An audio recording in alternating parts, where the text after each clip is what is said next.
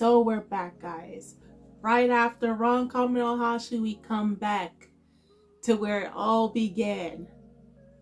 Katekyo Hitman REBORN. And we are at chapter 120, okay? And even though this version of it doesn't really tell you on online, or you will find they were celebrating the anime going on air at the time. Well, let's just hope the anime makes its comeback. But how the chapter actually opens from chapter 119, after Hibari basically one-shotted Golomoska. Golomoska was the no chance against Hibari. Okay, it was done in less than a minute, and everybody was shocked. We had basically where Hibari had a ghetto moment. He had a ghetto moment, and he was challenging Zanzus to come forward so he can start fighting him. Okay, so Tsuna's side did win. Okay, but Hibari was not finished. He wanted all the smoke. So after him challenging Zanzus, we have it where really chapter 120 opens up, where Zanzus actually launches into the air and he steps on Hibari's tonfa. Okay, he's ready for that fight. Put this up better. Good. Right, I need to get volume 8. I need to get volume 8 soon, because this is almost done. This volume is almost done, right? So once he does that, Zanzus comes off, and then he's like, okay, you know, challenge accepted. And then he's saying his foot slipped, and Hibari is like, well, what do you mean it slipped? And then an explosion just happened behind him, setting off the landmines. Remember, the arena for the cloud battle was, they're caged on the outside where the field is, okay? And within that cage field, there is machine guns ready to go off due to movement, as well as landmines. So anywhere they step could be detrimental to them, or they can be basically shot to death by these shotguns, ready and aimed to fire. So Zanzus, his whole point now is to get the Golomoska, to bring it back, because, you know, they lost and everything. So he wants to at least bring back this, but at the same time, he's engaging Hibari, he's humoring Hibari in his taunting against him, okay? But as that's going on, you know, he's telling, you know, yeah, we have lost and everything, but Hibari is saying the look on your face is telling a different story. So obviously everything that Zanzus is saying is not holding up to be true whatsoever. So this is where Hibari now is going and trying to strike and land hits, blows on Zanzus. But as you can tell from the panel, Zanzus is evading every single one of Hibari's hits. So while they're fighting one-sidedly, we have where the machine guns are going off trying to shoot them, but somehow they're evading the bullets from actually hitting them. We even have it where Zanzus is taunting Hibari while they're fighting, and Hibari is trying, you know, again, blow for blow, and they're not connecting with Zanzus. Zanzus is telling Hibari, like, you can keep attacking me all you want, but I'm not going to raise my arm. And the whole reason for that is that we now go into a panel where Belgafor, well, technically Belgafor and Leviton are speaking. They're watching the whole thing, and we have it where Leviton is like, hey, why don't we go in and help the boss, because this kid does not know his place. But Belgafor is telling Leviton, no, hold up, wait, because since we technically lost the battle, it is now over, even though Tsuna's side is egging them on and wanted to go challenge the boss, Zanzus. If we are to interfere, it's an automatic death penalty for all of us, including our boss's head, because we basically breached the agreement that was stated for both sides of this battle, and the Cervello will be the ones to bring it back to the Vongola boss, the current boss currently right now, the 9th, and so forth. Mind you, that whole problem that's in Italy, but we'll get into that real soon. and then telling anybody else that's within the Vongola organization, and then that will put target on the Varya's back. So their hands are currently tied, but he's basically saying, Bella's saying that, you know, the boss, Zanzas, does have something up his sleeve, so have faith while this is going on, because technically he's really not taking Hibari serious at all during this little altercation that both of them are having. Okay, so as they're fighting, you see the Golomoska, and it's starting to zoom in. It is damaged after getting hit by Hibari, and then on top of that, the landmine exploding. It's starting to zoom in, looking at Hibari, and then you see obviously the coding and all that is putting target on both Hibari and Zanzas at the same time. Okay, meaning that it's going to soon start attacking, because whatever controls Zanzas had prior to the fight, obviously they're fried because of fighting Hibari, and then again it got exploded by the landmines. So once that's happening, we have it where now going back to Tsuna and his training with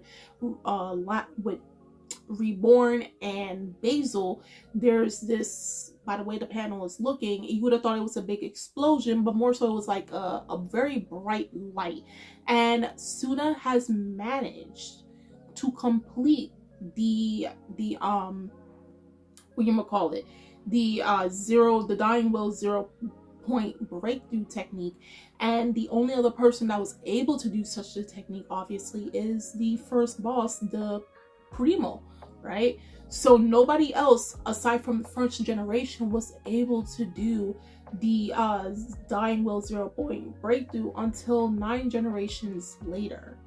Okay, and Tsuna's the only other person to do it. So 9 generations later, probably a few hundred years after, right, a new person is able to do it, and it frankly was within the line of the Vongola. Okay, family blood ties. Okay, because if you guys go back to chapter 1, all the way back to chapter 1, the first is Tsuna's great grandfather. Okay, so in a way it kind of makes sense in a way, you know, he is related to him. Okay, so once he managed to actually master and complete the technique, now we have it where, like, you know, Tsuna's thanking Reborn and Basil for helping him train, and he's like, yeah, let's go to the fight now and go see what's going on, help Hibari or anything that's going on. But by the time he's going to get there, obviously it's going to be complete chaos. So the fight is continuing to go on, and we actually have it where Zanzas does have to raise up an arm. But what's actually interesting about this panel is that you see this kind of like the same light that you saw with Tsuna and the dying will breakthrough technique. It's kind of the same light that you're kind of seeing, but again, it's black and white, so you can't really tell unless you actually watch the anime version of this. But there is a light emitting from Zanzas, and it's not the same technique, okay? But he did manage to block a hit from Hibari.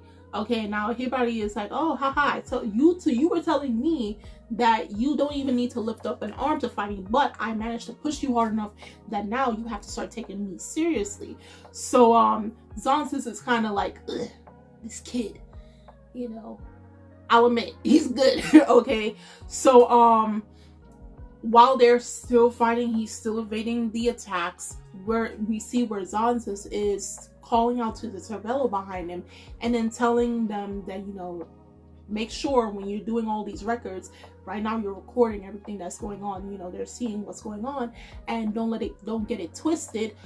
I did not hurt him, I did not attack him. Okay, so this is the whole ploy that Zanzas has been doing since the altercation started, with Hibari being the first person to goad him and they started attacking each other, that not once has he actually acted on the offensive. He's been on the defensive, while Hibari has been the opposite, the offensive, right?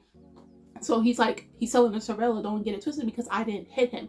Then he takes a step back, and then all you see in this big panel is something shooting out and hitting Hibari in the leg, cutting his leg. Okay, and so now he's kneeling on the floor because it was it's hurting, that whatever shot at him got pierced him through the leg, or pierced off of his leg, okay? And he's injured, and all you see is missiles coming down, about to rain down on Gokudera, Yamamoto, and Ryohei, as well as Belgafor and Leviton, and it starts to explode all over the place. You would have thought, okay, it's the landmines, or it's the machine guns, or something's going off.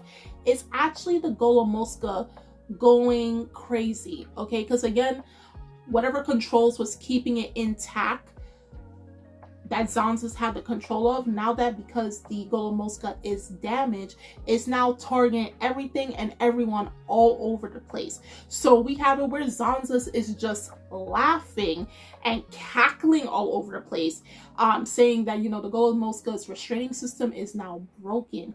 And so now everyone has to, you know, run for their lives, because this machine is now going berserk. So now they do, because it's from Tsuna's training to back to the school with the fight, and now we're going into Italy once more, and this is probably the most important part of the chapter aside from the fight that's going on. We have it after, from last chapter, the old version of the Golomoska, the pre-version, and then we have where Moretti was able to shut it down due to the emergency button, but the one that's in Japan doesn't have one. It has the restraining order, which is now broken. So while they are trying to escape from the tunnel, all of them now, Lao, Merge, Oregano, the other guy, and Moretti are trying to escape the tunnel, they were turning into a corner, and this is where they see Imitsu on the ground, heavily injured. Okay, remember a couple of chapters back, he got shot by the Ninth.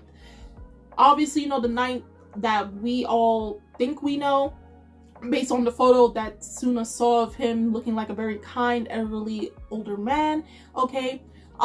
It's not quite that person. So he shot Imitsu, I believe it was back in chapter 115 or something like that, while they were in Japan, and you know, they had to find out the whole ordeal that's happening with the Knight and so forth.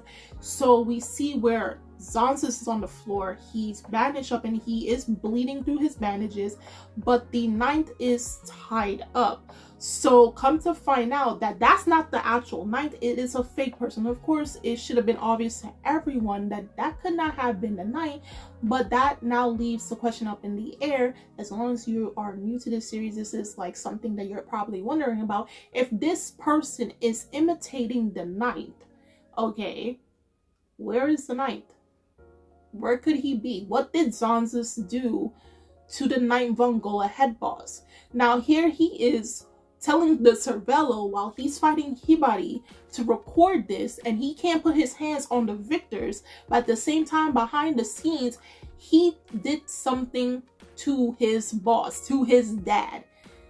That's more than enough for a target on his back, and execution style in the worst possible way, mafia style, okay? So he did something to the Ninth, and he brought an imposter there, okay? And caused all the mayhem at the HQ, home base, right?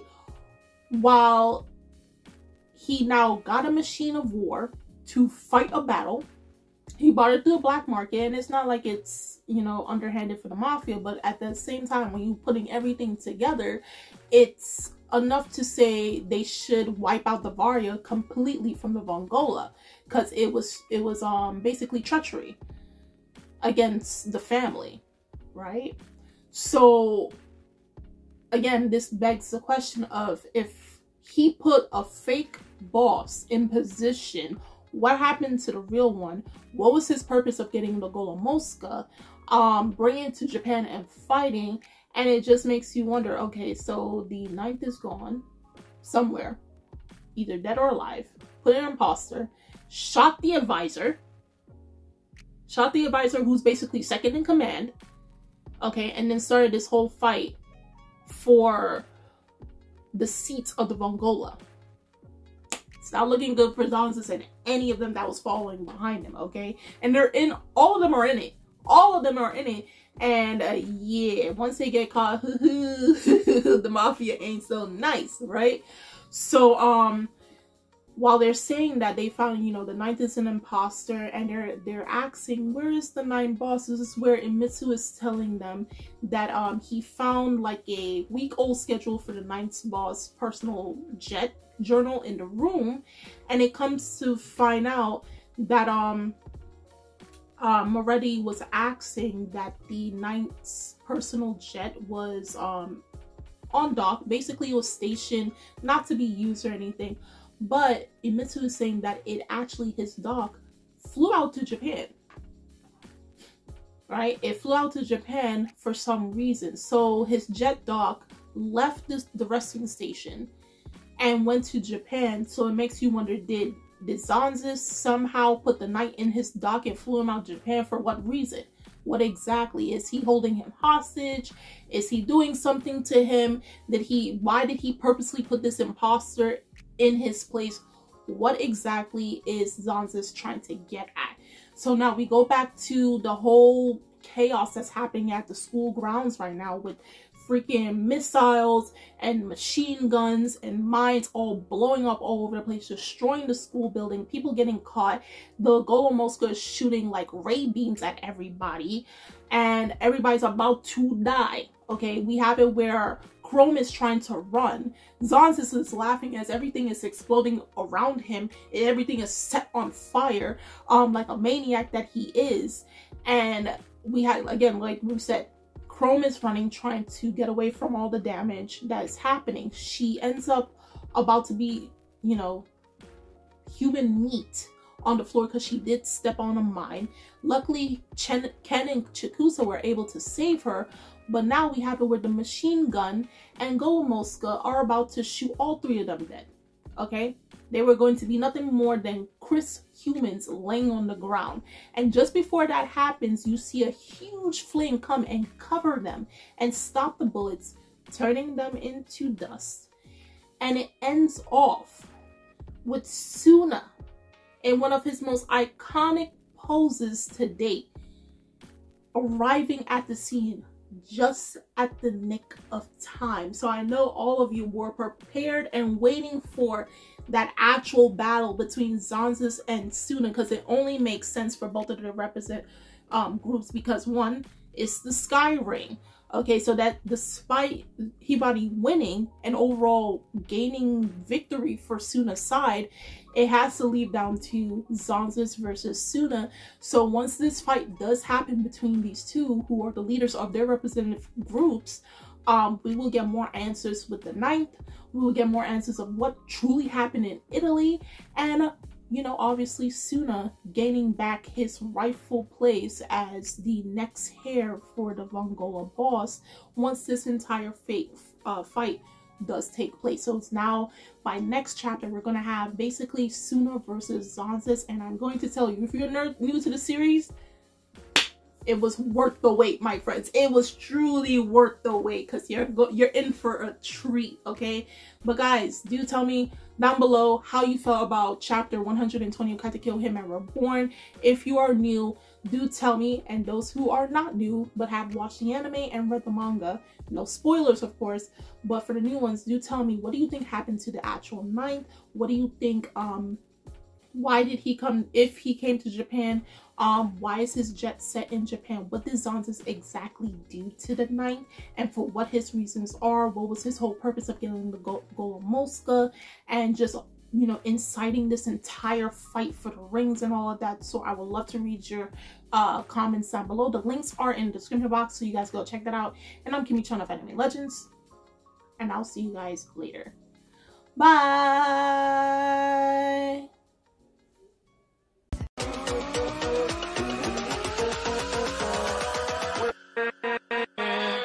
With